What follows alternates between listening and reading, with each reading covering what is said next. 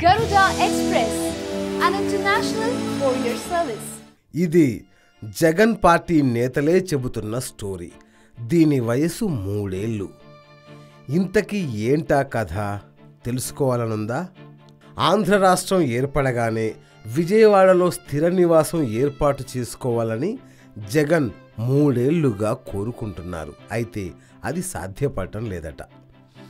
ఆయన ఇప్పటికీ హైదరాబాదులోని లోటస్ పాండ్ నుంచి ఆంధ్ర రాజకీయాలు చేయడం ఆ పార్టీ నేతలకే మింగుడు పడటం లేదు.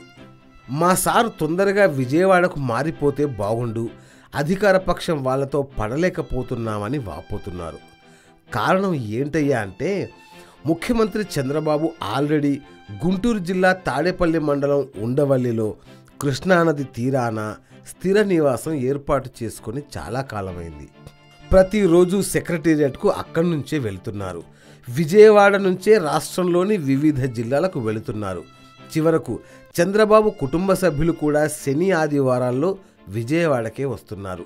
చంద్రబాబు సతీమణి భువనేశ్వరి, లోకేష్ సతీమణి బ్రాహ్మణి కుమారుడు దేవాంశును తీసుకొని శనివారం ఉదయానికే ముఖ్యమంత్రి ఉండవల్లి నివాసానికి చేరుకుంటున్నారు.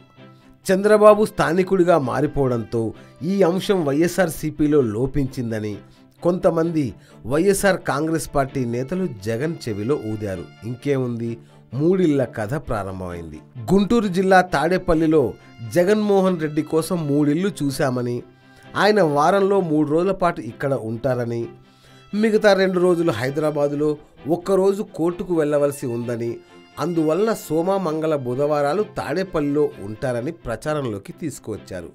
3 ఏళ్ల నుంచి చెబుతున్న సొంత స్థలం కొనుగోలు, పార్టీ కార్యాలయ నిర్మాణాన్ని కూడా మళ్లీ ప్రచారంలోకి తీసుకొచ్చారు.